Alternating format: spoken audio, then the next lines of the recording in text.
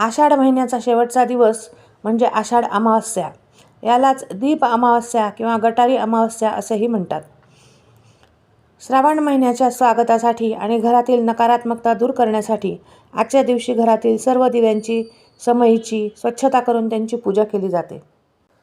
तिमिराकडून प्रकाशाकडे नेणाऱ्या दिव्यांचे आभार मानण्याचा हा दिवस. तमसो मा ज्योतिर्गमय या उक्तीप्रमाणे दिव्याची ज्योत आपल्या आयुष्यात अंधार दूर करून आरोग्याचा आणि समृद्धीचा प्रकाश पसरवते.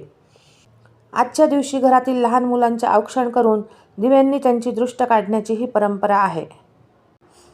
तुम्हा सर्वांना दीप अमावस्येच्या हार्दिक शुभेच्छा. व्हिडिओ आवडल्यास लाईक, शेअर आणि सबस्क्राईब नक्की करा.